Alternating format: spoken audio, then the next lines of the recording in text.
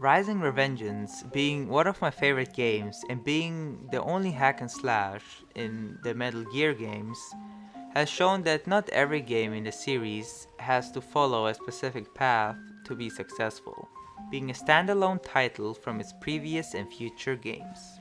Okay, let's get started.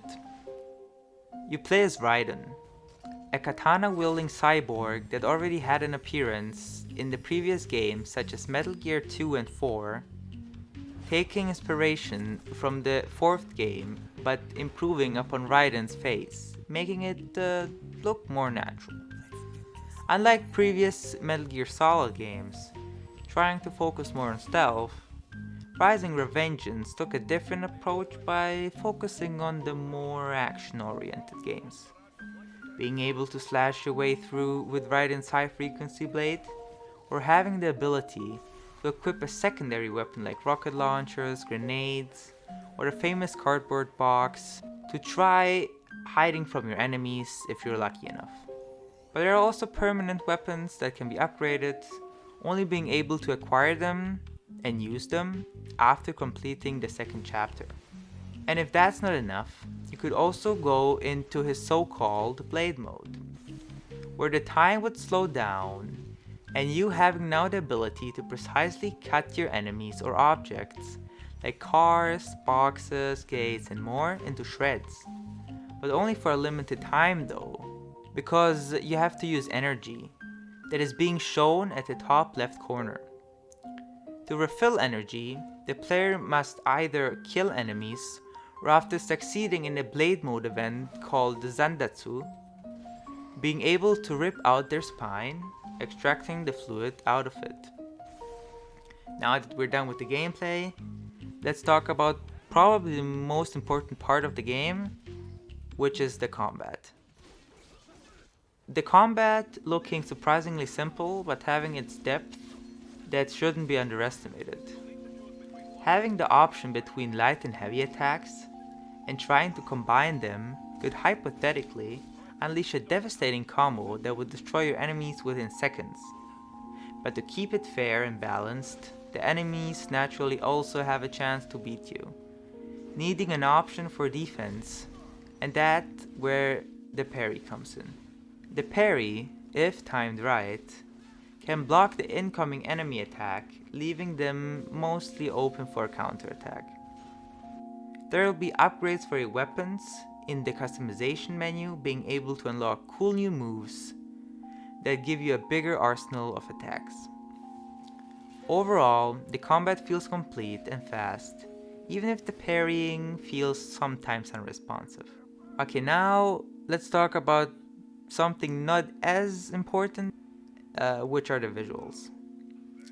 The visuals are amazing, considering that the game came out 9 years ago and that it still holds up very nicely compared to other titles from that year.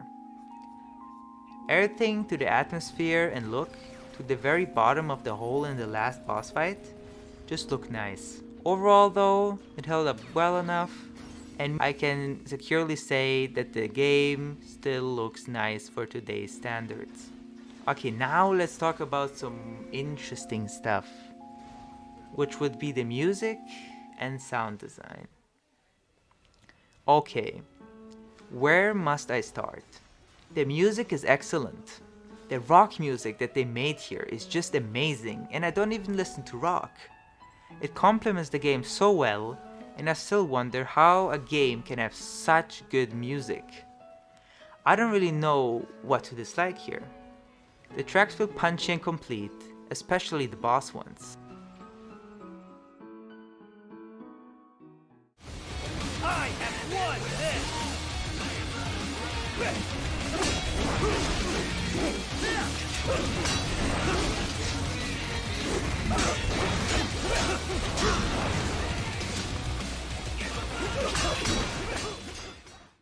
I'm just utterly impressed. On the sound design though, well, it does its job. The sound of Raiden's sword hitting the enemy sounds nice and satisfying. The enemies don't sound flimsy.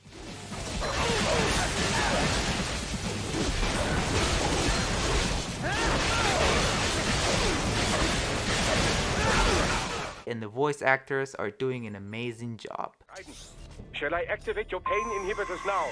No, keep them off. I need it this way. Well, as you wish. I must say, I have turned more than a few men into cyborgs, but you, well, your past is most, An overall good sound design and excellently implemented music. Okay, now let's talk about my opinions on some things that I kind of disliked and really enjoyed. Well, there were some things that I didn't really like.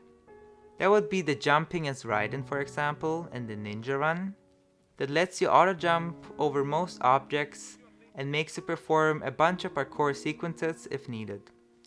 The running felt kind of flimsy, but not as annoying as the jumping.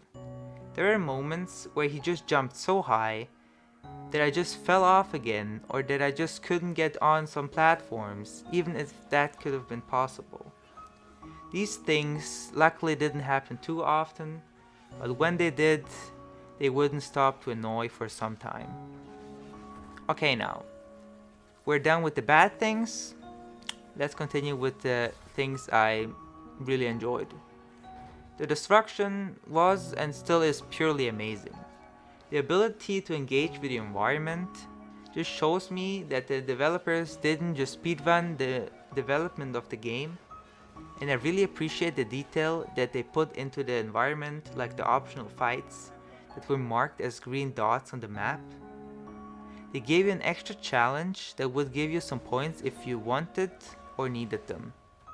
The hidden boxes with upgrades that you had to find all over the chapters, and the not so big things such as the arm collecting for the doctor or the VR laptops that were pretty easy to locate.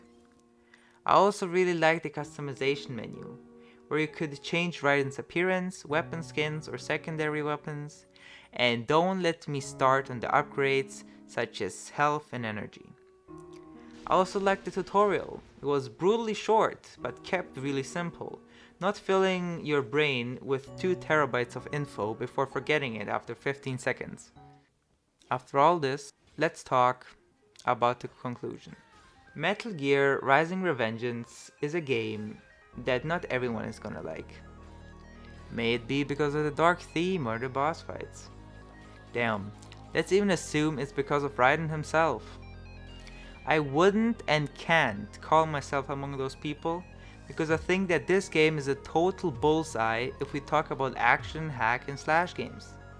Yes, there are other hack and slash games like Bayonetta or Darksiders 1, but no game has the atmosphere and setting as this one. I can gladly say and recommend this game to anyone who wants to experience the feeling of being a katana-wielding cyborg that loves to kill and wants to save the world with his own views and perspectives. Yeah, maybe there were some parts like the gore and the blood that not everyone liked, but it suits the game so well, just showing what war is, was, and will always be. And what else can I say? See you next time.